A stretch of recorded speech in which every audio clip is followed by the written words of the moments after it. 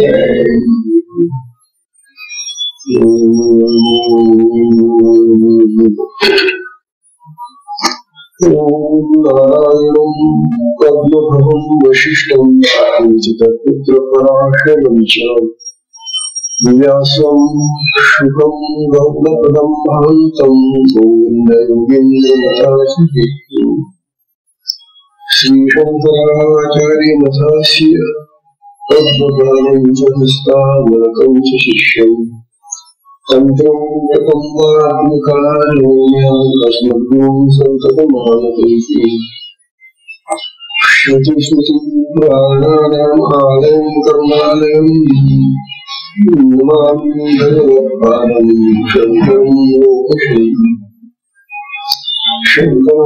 शङ्कराचार्यं केशवं बादरायणं सूत्रभाष्यकृतं वन्दे भगवन्तं पुनः नित्यं शुद्धं निराभासं निराकारं निरञ्जनं नित्यबोधं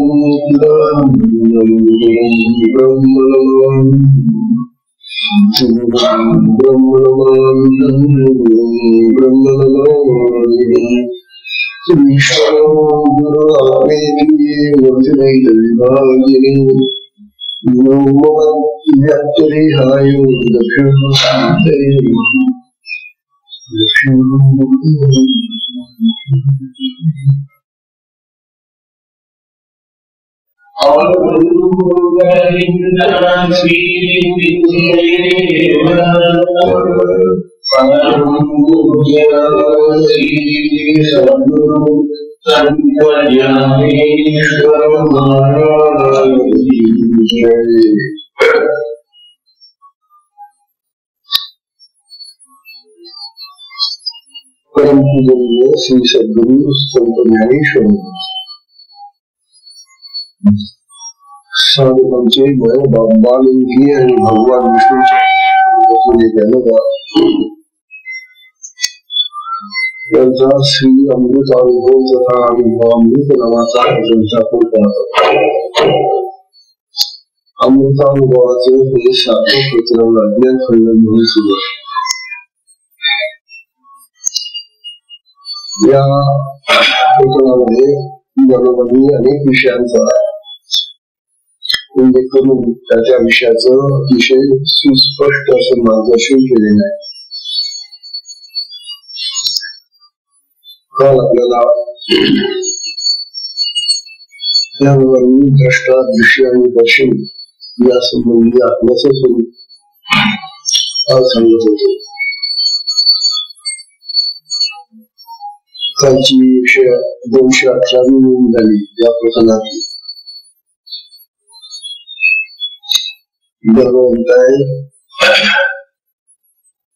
वास्तविक हा जो आत्मराज आपल्या देहामध्ये आहे, हा म्हटलं तर तो द्रष्टा आहे, म्हटलं तर नाही.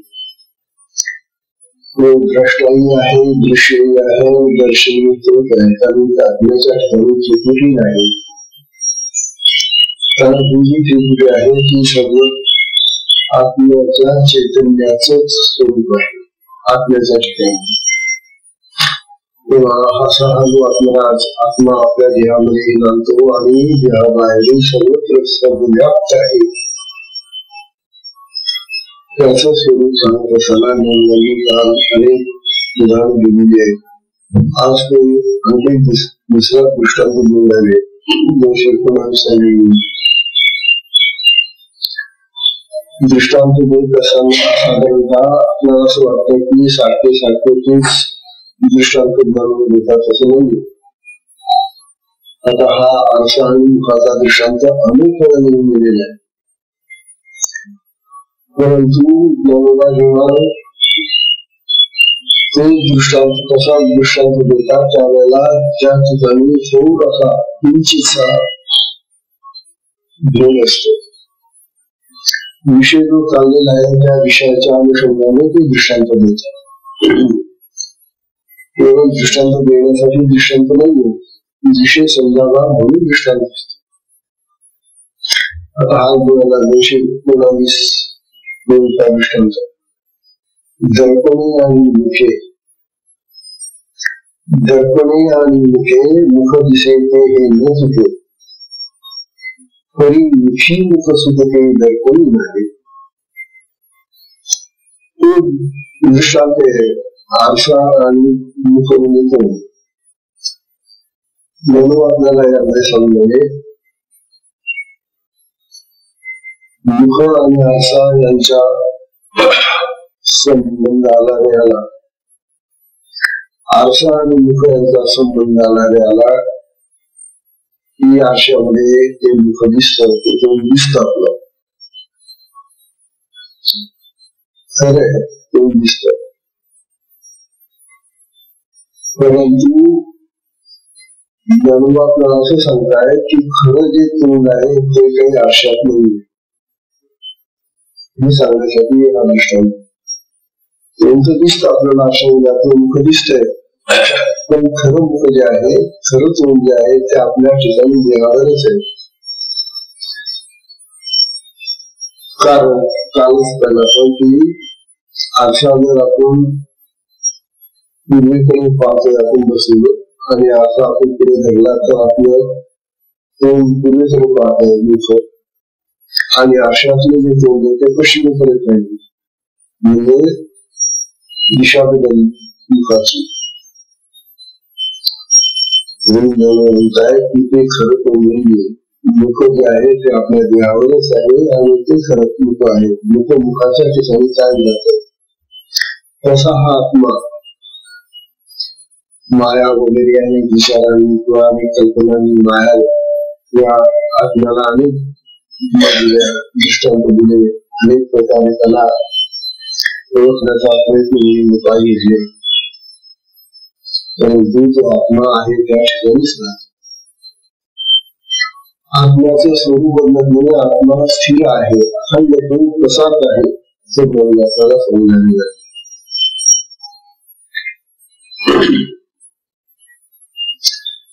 या एकच आपल्याला सांगू इच्छितात की सत्य आणि मिथ्या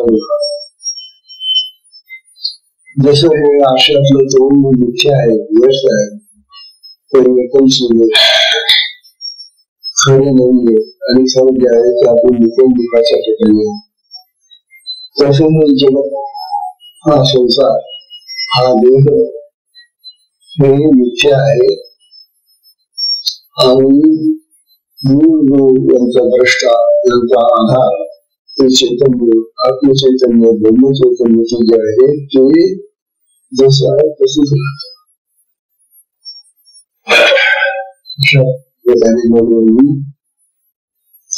या दृष्टांतामध्ये सांगितले. आता असल्या प्रकारचा आत्म्याचा विचार अनेक आपल्या सत्पुरुषांनी सुरू केलेला आहे. आपले महान सत्पुरुष तर जे व्यास म्हणून गेले, भगवान व्यास त्यांनी त्या वेदांची रचना करून वेदांचे भाग करून आपल्याला हा विचार खूप स्पष्ट मांडले आहे. तेव्हा व्यासांनी सुद्धा त्यांच्या ग्रंथांमध्ये माया नाही हे सांगितले. माया कल्पित आहे आणि रचनीय आहे, नेहमी वास्तव असत नाही असं सांगितलं. तेव्हा जैमिनी नावाचे ऋषी दिले, त्या ऋषींनी सांगितलं की पाप करू नका. आपल्या आचरणांनी, आपल्या कर्मांनी, आपल्या विचारांनी पाप करू नका. पाप म्हणजे पाप कशाला म्हणतात? पापाचा सूक्ष्मतर आणि सूक्ष्म असा विचार जैमिनींनी केलेला आहे. ते ऋषी म्हणतात जे अहितकारक आहे, जे अहितकारक आहे म्हणजे ज्याच्यामुळे कोणाचा फायदा होत नाही, जे दुसऱ्यांना दुःखदायक आहे, अहितकारक, दुःखदायक, पीडा करणारं अशा प्रकारचं जे काय कृत्य असेल किंवा असा जो विचार असेल किंवा अशी भावना असेल ते सगळं पाप नुसतं कृत्यानेच होत असं नाही.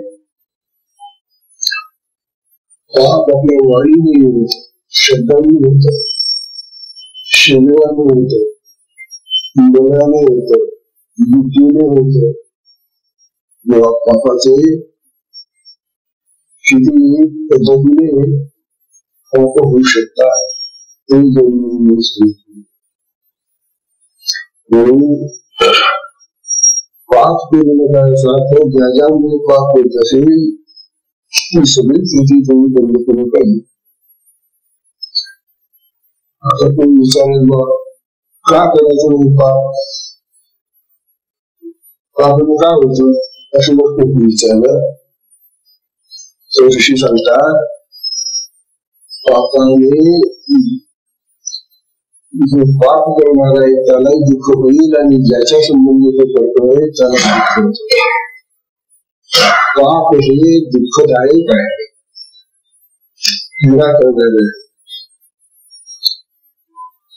दुसऱ्याला तो पीडा करेलच पाप देईल, परंतु तो स्वतःला फार मोठं नुकसान करून येतो. आपल्या प्रत्येक पापागणी आपली जी परमार्थाकडे जाण्याची गती आहे, स्थिती आहे, त्या गती आणि स्थितीमध्ये म्हणजे कमीपणा जातो आणि परमार्थाचा रस्ता आपला काही दिवसांनी पूर्ण जातो.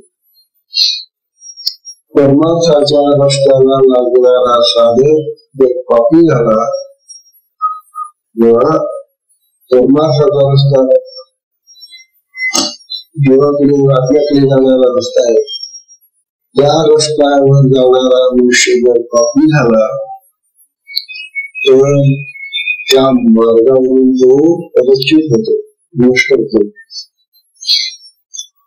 म्हणून लोकांना हेच कळत नाही की आम्ही पाप करतो म्हणजे का, दुसऱ्याला दुःख देतो म्हणजे का, आम्हाला आनंद होतो. दुसऱ्याला दुःख देण्याने, पाप करण्याने तुला जर आनंद होत असेल तर तिथे तुझा नाश आहे. तू नाशवान गोष्ट करतोय, तुझ्या स्वतःच्या नाशाची गोष्ट करतोय. आणि अशा पापाच्या राशी तयार झाल्या आपल्या अंतःकरणामध्ये. एक पाप केलं मग त्याला दुसरं करावं वाटतं, तिसरं करावं. अशा प्रकारे मग पापाच्या राशी आमच्या अंतःकरणात निर्माण झाल्या तर एवढं निश्चित समजा की पुढचा जन्माला कधीही मनुष्य देऊन मिळणार, मनुष्य देवाला मिळणारच नाही. आणि तो अशा कुठल्या तरी योनीमध्ये जाईल, घातक योनीमध्ये, त्याचप्रमाणे त्याला खूप दुःख मिळणार.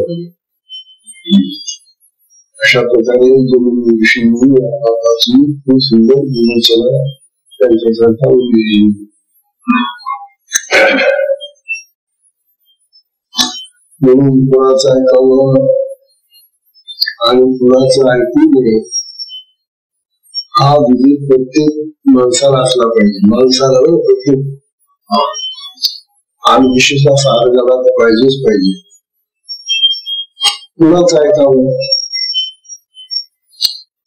तर जे सन्मार्गाला आपल्याला नेतात, सन्मार्ग दाखवत आहेत, आत्मस्वरूपातही त्यांचा मार्गदर्शनाचा विचार आहे, त्यांचं ऐकावं. म्हणून संत सद्गुरू साधू संन्यासी गुरु यांच्या उपदेशाचं ग्रहण करावं. उपदेशाचं आणि जे लोक आपल्या हितासाठी, आपल्या फायद्यासाठी, आपल्या कल्याणासाठी वाटेल ते करायला तयार होतात वाईट गोष्टी, ही वाईट गोष्ट त्याला तात्पुरती निर्णय गेले एखाद्या वेळेला, परंतु तो त्याचा भोग होईल तो विनाशकारी, दुःखदायक, तापदायक. म्हणून वाईट माणसांचं बोलणं ऐकू नका.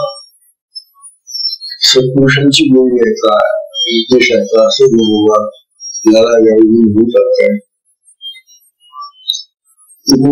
असं म्हणतात, पुस्तक महाराज करतात की सामान्य अवस्थेतून वर गेलेले तिथं असं म्हणतात, वादच असे बोंब कोणी नाही कधी काढली आणि आम्ही बोंबा म्हणून म्हणून तुम्हाला सांगून झालं.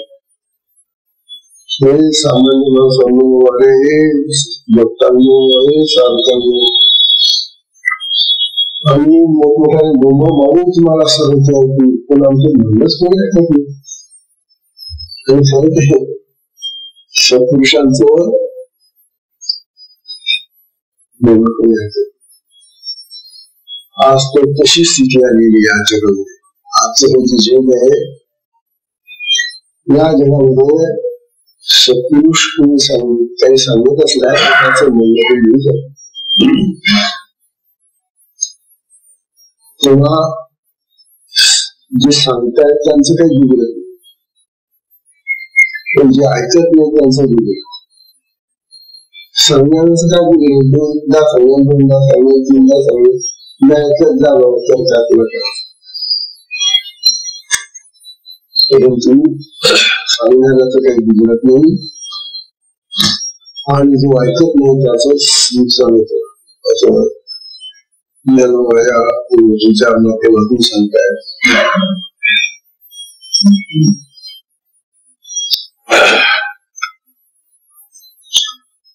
दुःख कोणालाच नको, सुख सगळ्याला हवंय, सगळ्यांना पाहिजे.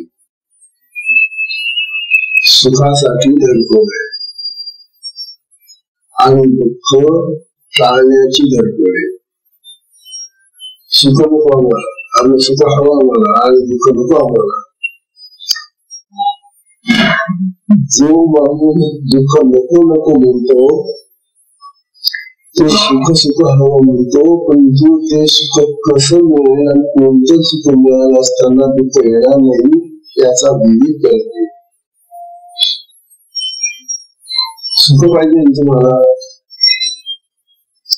मग ज्यामुळे सुख येईल आणि जे सुख तुम्हाला लाभदायक राहील, कायम राहील, शांत समाधानी असेल, असं सुख कशात आहे तो तर ओळखता आलं पाहिजे. आज असं ही झालेली आहे की आम्हाला सुख हवंय आणि दुःख नको आहे. मग तुम्हाला विचारपूर्वक कोणती गोष्ट केली असताना सुख प्राप्त होईल आणि कोणती गोष्ट न केल्याने आपलं दुःख टळेल हे तर समजलंच पाहिजे. म्हणून आपल्याला या सांगितलेले जगात दुःख होऊ नये अशा प्रकारे साधू संतांची सदिच्छा असते.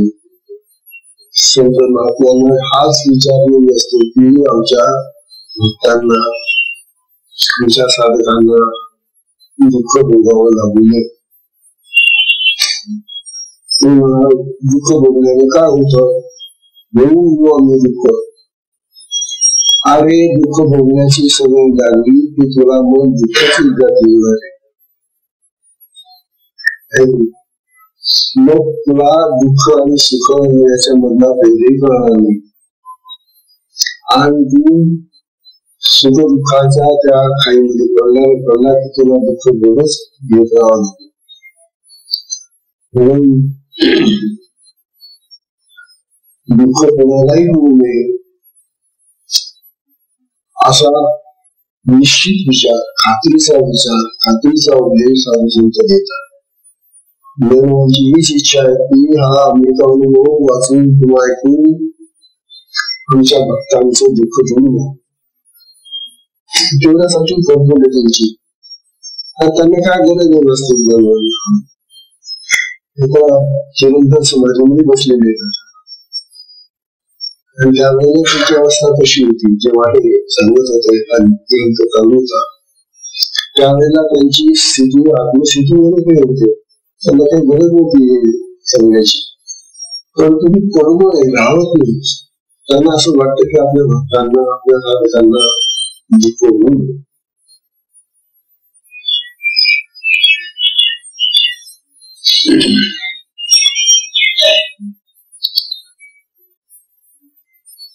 दुःख केव्हा अनुभवाला येतं हा प्रश्न. दुःख काय आणि दुःख हे प्रत्येकाचं वाटेल येते. किती तू म्हणा किंवा दुःख नको असं तो पाहिजे, परंतु दुःख आपल्या वाटेला येत. दुःखाचा भोग प्रत्येकाला घ्यावाच लागतो, कारण येणारं दुःख जे आहे ते दुःख या जन्मातलं असेल असेल तर प्रारंभाचे आमचे जे कर्म आहे जन्माचे त्याच्यामुळे दुःख येतं. तेव्हा दुःखाचा अनुभव केला तर असं बोलावा विचारत आपला जो विचारता तुम्हाला दुःख होतं का, येतं का, दुःखी होता तुम्ही भावना आहे ना. आणि नाना प्रकारची प्रत्येकाला दुःख और दुःख तर इतकी का सांगा तुम्हाला आपल्या साधकांना सुद्धा बघा इतकी दुःख असतात की त्या दुःखाने थोडं ते दुःखाच्या त्यांच्या त्या गोष्टी ऐकून आपलं लोक सुद्धा वेळ व्हायला लागली. हा उद्देश करायला बाप आपल्याला आई नाना प्रकारचा दमा खोकला आणि जिचा तुला लागलाय ती का एक दोन वेगळा झालेला आहे, एक दोन रोगी आहे. आता तो मुलगा आहे त्याला नोकरी नाही, त्याचं फारसं शिक्षण झालं. आता कल्पना करा तुम्ही या घरामध्ये सुख नांदायचं असेल कुठून सुख येईल, किती दुःख पाहणार. आता तिथे एक मुलगा चांगलं आहे त्याला नोकरी नाही, पैसा तर पाहिजे आणि सगळं आजारी येते सगळे. प्रत्येक जण खराब पडलेला आहे, प्रत्येक जण कमी झाला, प्रत्येक जण गेलेले करतोय. आता इतक्या लोकांना औषधी कुठून आणायची, इतक्या लोकांची सेवा कशी करायची, ज्यांना दवाखान्यामध्ये कसं काय घेऊन जाणार, त्यांना पैसा आणणार कुठून. किती महादुःख आहे. असं पाहिल्यानंतर हे वाचल्यानंतर असं वाईट वाटतं आपल्याला की काय कशी काय मदत करते. तेव्हा एकच त्या भगवंताची त्या गुरुची प्रार्थना करावी लागली, त्याच्याशिवाय दुसरा इलाज नाही. बाकी इलाज करा तुम्ही, परंतु गुरुला शरणागती करते त्यांची प्रार्थना केली, शक्तीची प्रार्थना करा, आत्म्याची प्रार्थना. तेव्हा अशा प्रकारे प्रत्येकाला दुःख आहे आणि हे दुःख प्रत्येकाला होत आहे. परंतु देव आपल्याला असं विचारून गेले की तुम्हाला दुःखाचा अनुभव केव्हा येत नाही. दुःख काय आहे तुमच्याकडे सगळ्यांना.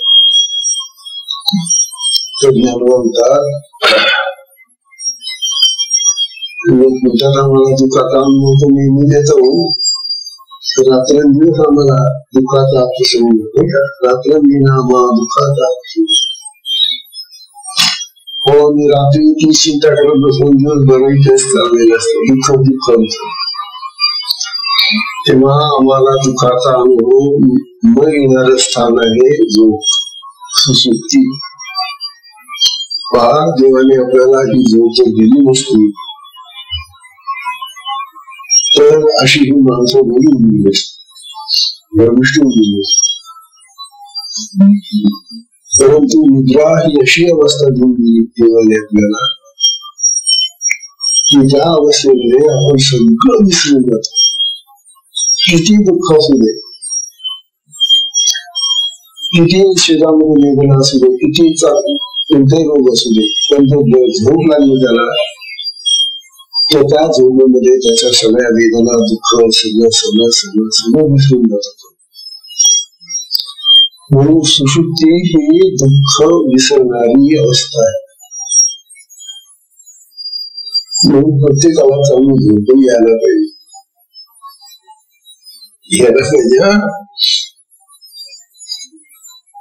प्रत्येकाला म्हणजे ज्याला दुःख त्याला,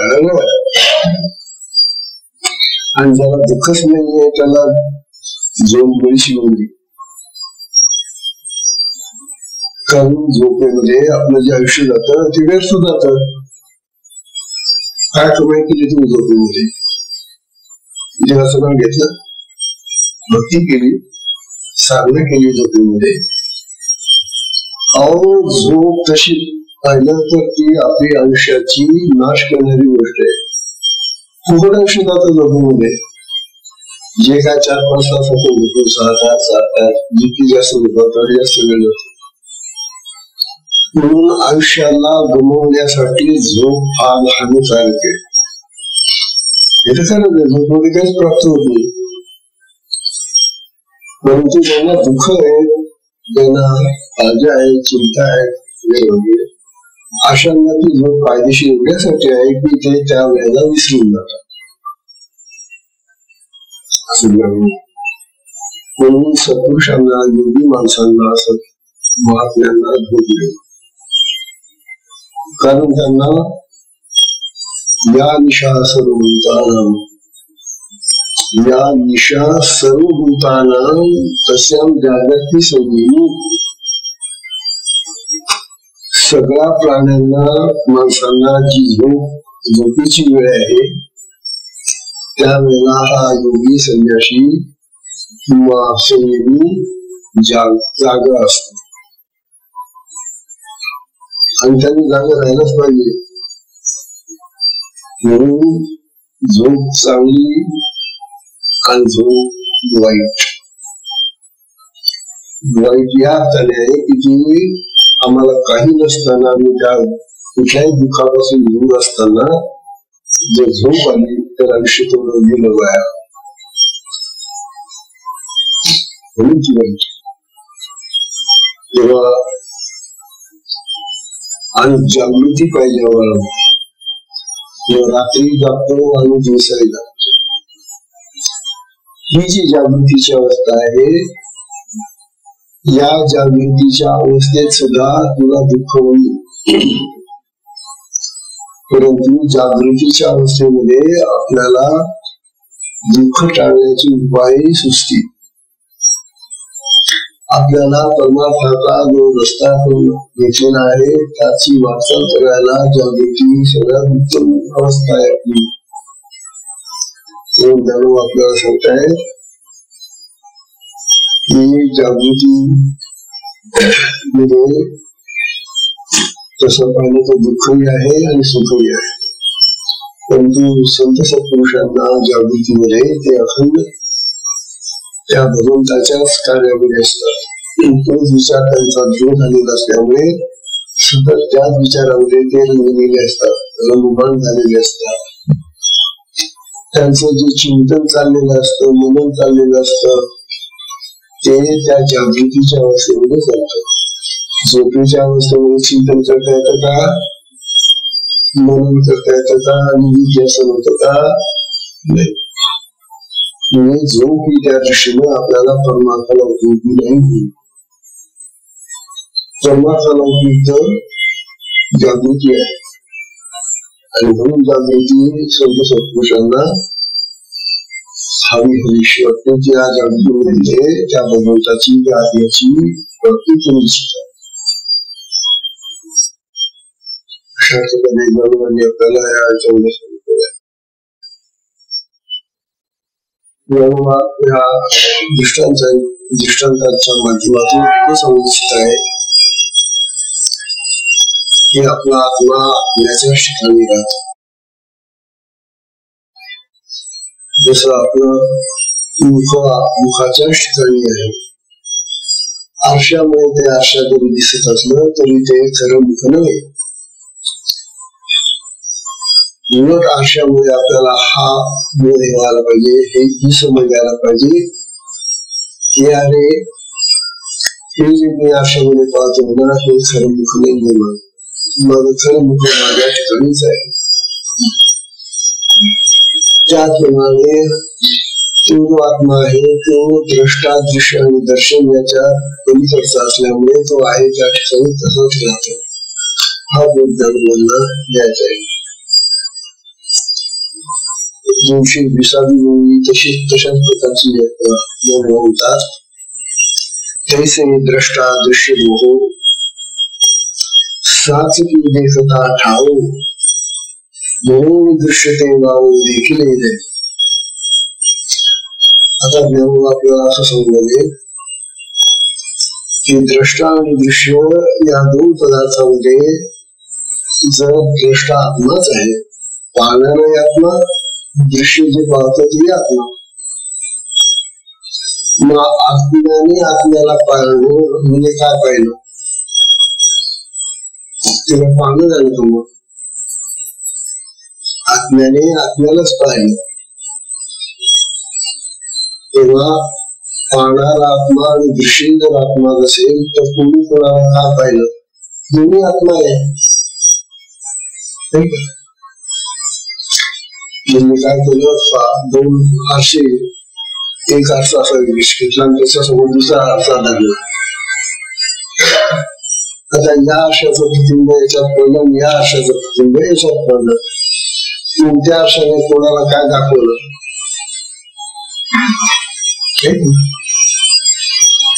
तसं आत्म्याचं स्वरूप जे आहे तेच दृश्यही आहे आणि ते द्रष्टाही आहे. द्रष्टा आणि दृश्य जर आत्माच आहे तर मग द्रष्टाने काय पाहिलं आणि दृश्याने काय दाखवलं हे काहीच काही पैसे द्रष्टा दृश्य बघू साच की देखता ठाव. साच म्हणजे खरं, तो खरा एक आत्मा जर द्रष्टा आणि दृश्य जर असेल म्हणून दृश्य ते वाहू देखील तरी, म्हणून ते दृश्य पाहिलं किंवा द्रष्टा पाहिला दृश्याने तरी ते वाहून व्यर्थ आहे. तर कुणीच कोणाला काही पाहिलं नाही.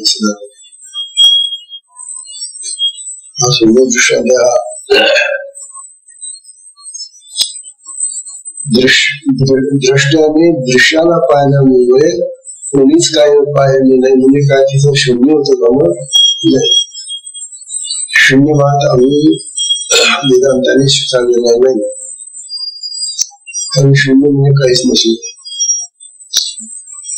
शून्य म्हणजे काहीच नाही असं नाहीये. तर तिथं आत्मतत्व आत्मचैतन्य अखंड आहे. मूळचा जो द्रष्टा आत्मा, ज्याला तुम्ही द्रष्टा म्हणून नाव दिलं किंवा दृश्य म्हणून नाव दिलं, तो आत्मा द्रष्टा दृश्य यांच्या पलीकडचा आहे आणि तो आहे तसाच राहतो असं म्हणतात. 221 येते बघा. 221 मध्ये म्हणून आपल्याला समजले वाळू पीर होणे तरी दिसत आहे, एवढी डोळे होय आखी ऐसे.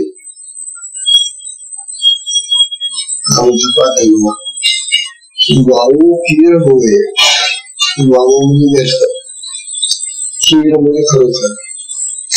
जर खरोखर व्यर्थच आहे कारण आणि ती सगळं आत्म्याच्या बाबतीत आत्मा पाहतो आणि आत्म्यालाच पाहतो. दृश्य आत्मा, दृष्टी आत्मा. तेव्हा या ठिकाणचं जे पाहणं दृष्ट्याचं ते जरी व्यस्त असलं, वाऊकीय होय तरी दिसत तव आहे, परंतु जे दिसणं आहे ते तसंच राहिलं. द्रष्टा जरी नसला, दृश्य जरी नसला तरी जे दिसणं आहे ते तसंच राहतं. आत्मचैतन्य सर्वत्र पसरलेले आहे. येणे बोलो होय आठी दिसा.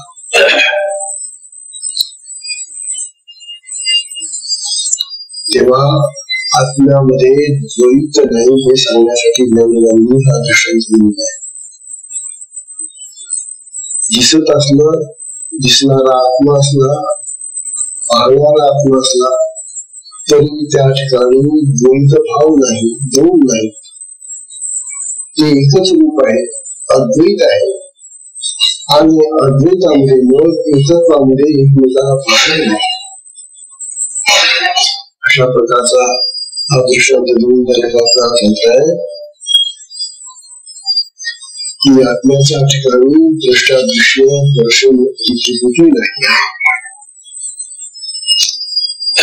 मग त्याला सिद्धांती मताने उत्तर देऊन ते म्हणतात, तरी आना ते देखून होय देखते, तरी मानू येते देखील ऐसे. जर एक दुसऱ्याला पाहून द्रष्टा होतो, म्हणून दृष्ट्याने दृश्याला पाहिले असं म्हणावं लागतं. तरी आना ते देखून होय देखते, एकाने एकाला पाहून म्हणावं लागतं की त्याने त्याला पाहिले म्हणजे एक दृश्य होतो, एक दृश्य होतो. पाहण्याची जी क्रिया आहे या क्रियेनं पाहणारा होतो आणि जे पाहतो ते दृश्य होते. तरी आना ते देखून होय देखते, तरी मानू येते देखील ऐसे.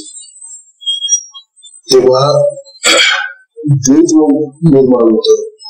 पाहणारा जर पाहतो दृश्याला तर पाहणारा वेगळा असतो आणि जे दिसतो त्याला वेगळं होतं. म्हणून त्या ठिकाणी द्वैत निर्माण होतं. परंतु आत्म्यामध्ये द्वैत नसल्यामुळे त्याचे हे पाहणे व्यर्थ आहे, जे दिसणं आहे तेही व्यर्थ आहे. पाहणं आणि दिसणं या दोन्ही गोष्टी आत्म्याच्या बाबतीमध्ये व्यर्थ आहे असं बोलणं सांगणार. आपलं तसं नाही.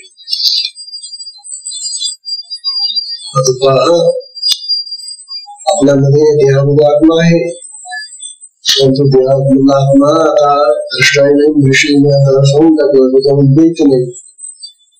पण आमच्यामध्ये द्वैताने नाही ना.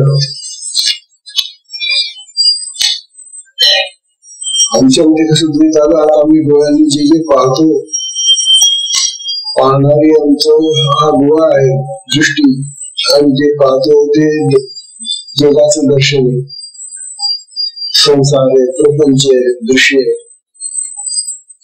डोळ्याने दिसणारी सगळी ही सृष्टी जी आहे ते दृश्य झालं.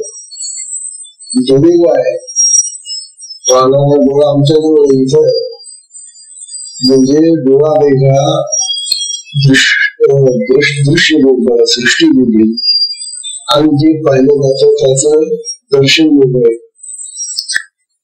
मग आमच्यामध्ये आता आम्हाला या अशा द्वैतामध्ये राहावं लागतं.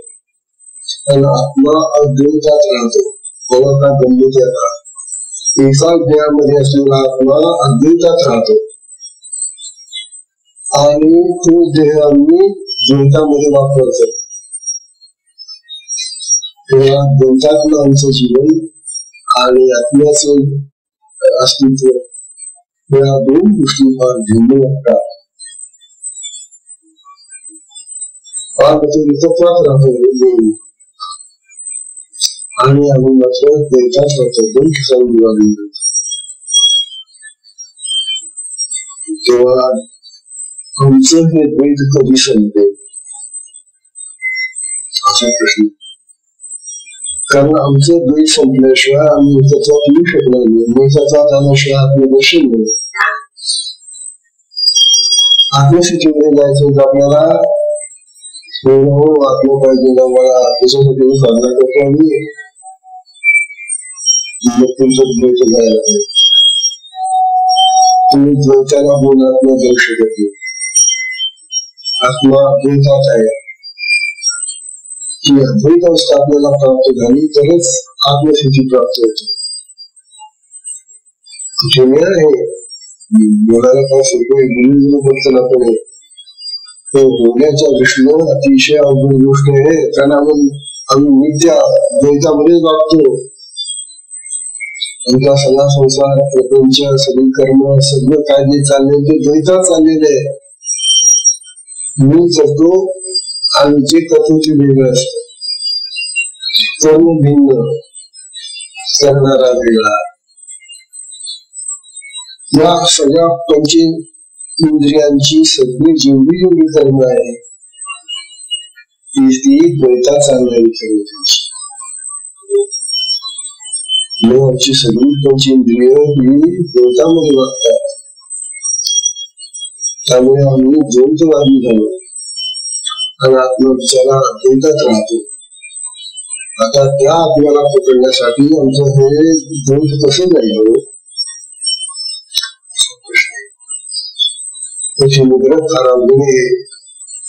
पण ज्ञानासारखे महान संत जे आहेत तेच आपल्याला अचूक असा मार्ग दाखवतात. ते सांगतात तुम्हाला द्वैतात जावं लागेल आपल्यासारखं व्हावं लागेल. म्हणून जग दिसत ना सृष्टी दिसते की नाही तुम्हाला कोणावर दिसते ना दिसू द्या दिसू द्या ठीक आहे दिसते पण खरी मानू नका. काय जे दिसत ना ते खरं आहे असं समजू नका. मग काय समजायचं दरवाज ते मिथ्या आहे खोट्या असं. आणि एवढं तर करायचं नाही. तुम्हाला अद्वैतात जायचंय ना एकत्वात राहायचंय. एकत्वात जाण्यासाठी आधी तुम्हाला हे असंच तुम्हाला ठरवावं लागेल. आधी तुमचा विचार तो पक्का करा. द्वैतामध्ये दिसणारी सगळी जेवढी जी दृश्य आहे ती मिथ्या आहेत असं म्हणा. सुंदर हा अशी प्रॅक्टिस करणं ही सवय करणं हे महत्वाचं आहे आम्हाला.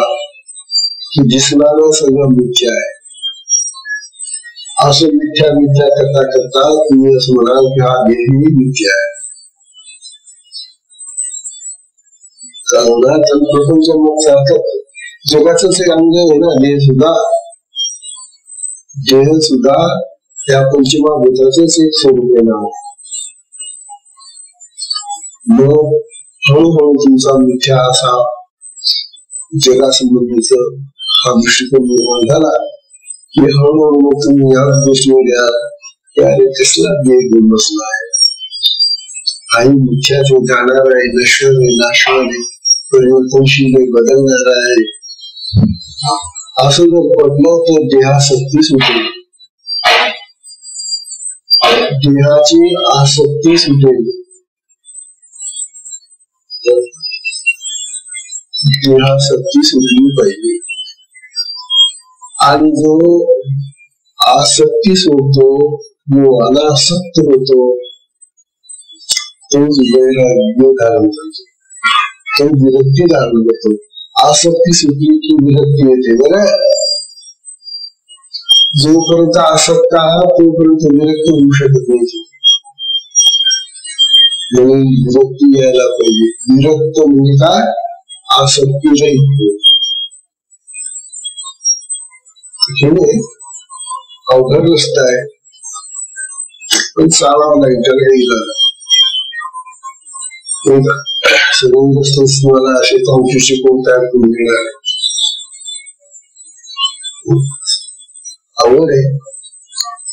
आसक्तीतून विरक्तीत जाणं आणि मग जो विरक्तीत गेलेला असतो ना, जो वैराग्य संपन्न झालेला आहे ना, मग तो जीवनमुक्त होतो. तुम्हाला जीवनमुक्त व्हायचंय का? एवढ्या लोकांनी आनंद पुष्कळांत पडलेले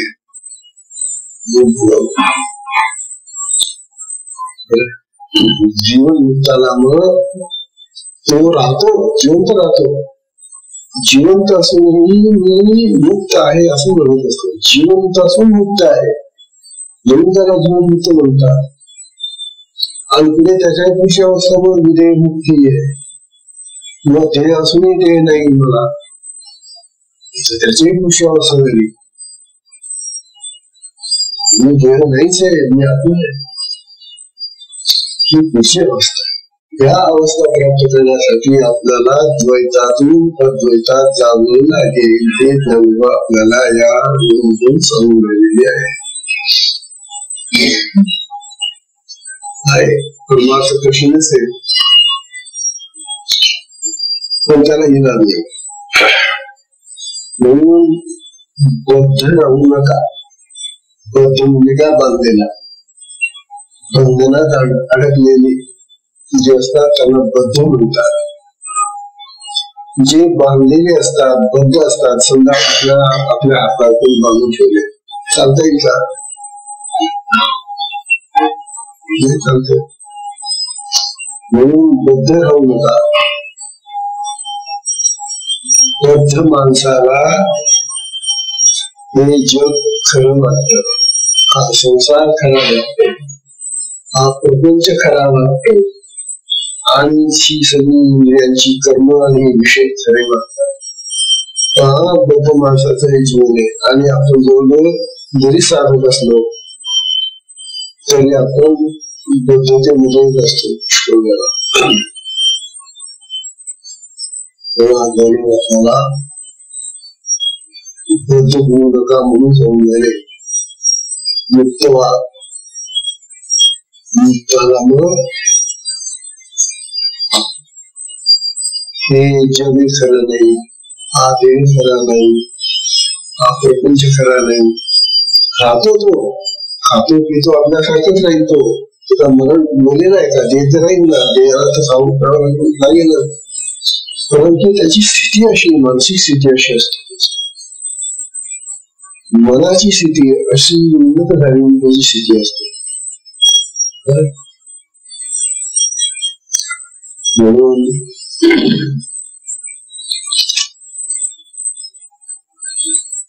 म्हणून आत्म्याला द्रष्टा म्हणू नका. आता आपण सगळे दुःखात येथे बसले. आता तुम्ही समोर बसलेला, तुम्ही तुमच्या समोर आहे. तुम्ही मला पाहताय म्हणजे तुम्ही द्रष्टे, मी तुम्हाला पाहतोय म्हणजे मी द्रष्टा. आता दोन द्रष्टे कसे असतील? मी तुम्हाला पाहतो म्हणजे मी पाहणारा, मी द्रष्टा. तुम्ही मला पुढे तुम्ही मला पाहून घ्यावे म्हणून तुम्ही द्रष्टे.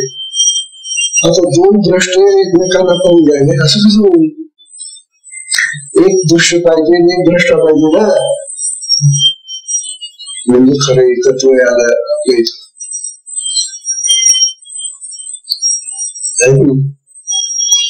दोन द्रष्टे राहू शकत नाही. तुम्हाला दृष्टीच काय म्हणलं? तुम्ही द्रष्टे, मी द्रष्टा. तात्पर्य एकत्वाची कल्पना ही अशी तुम्ही आम्ही एक आहोत. मग एक झाल्यानंतर कोण कोणाचा द्रष्टा, कोण कोणाचा विषय आला. अशा प्रकारे एकत्वाच्या भावनेने जगूया. राहूया. आधी जगण्याची ती कल्पना करा एकत्वाने. ते एकत्व जे मूळ आहे, एकत्व आत्म्याचं ते जेव्हा परंतु आधी एकत्वाच्या भावनेने जगा, एकत्वात या. आम्ही सगळे साधक आहोत, एका गुरुचे चेले आहोत, एका गुरुचे शिष्य आहोत, आम्ही एक आहोत असं एकत्वाचं तरी वातावरण निर्माण झाले.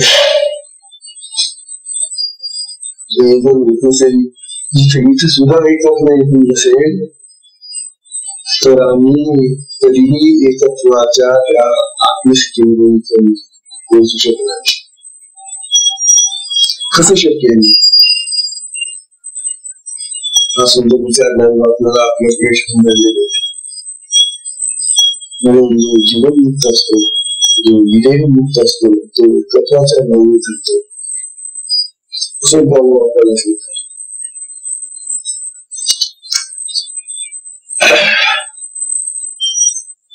तात्पर्य असं,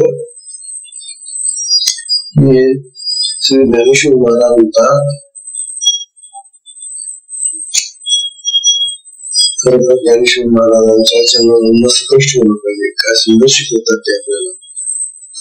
किती छोट्या छोट्या गोष्टींमध्ये ते आपल्याला एकत्वाची भावना निर्माण करून दाखवतात. आणि खरोखर इतक्या सोप्या पद्धतीने ते आपल्याला असा मार्गदर्शनाचा लाभ देत आहेत. त्यांनी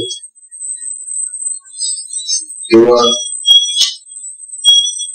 ही ओळी आहे 223 ही ओळी फार सुंदर ओळी आहे. आणि या ओळीवरचं जे विवेचन ऐकल्यानंतर ते फार सुंदर आहे. एक देखोनी का नो देखोनी, ते 223 एक देखोनी का नो देखोनी, ऐक्य का नाना होनी, तरी हा येणे वाचून देखणी असे म्हणतात.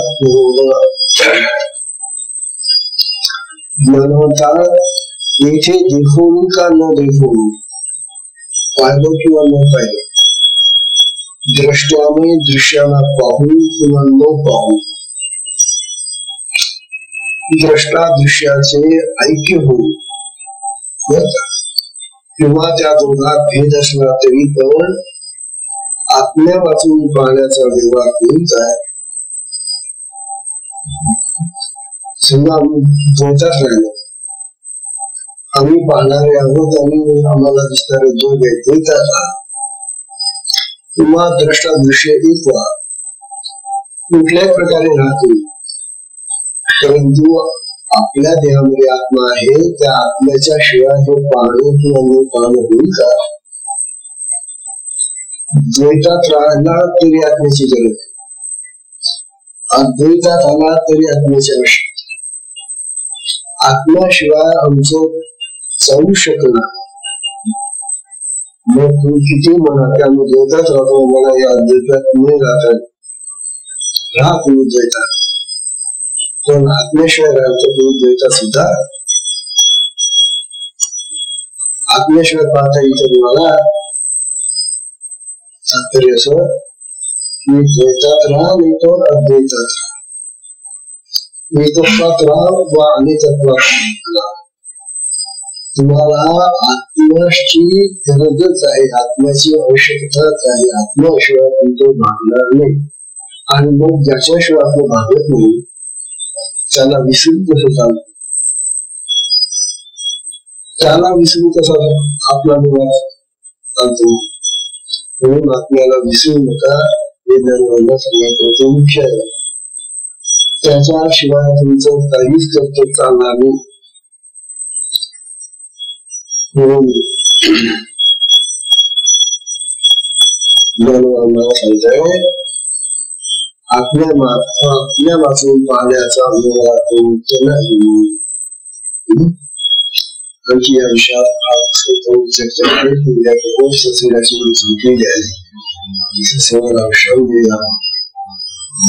हा सुंदर विषय 223 लक्षात ठेवा. हरिओम.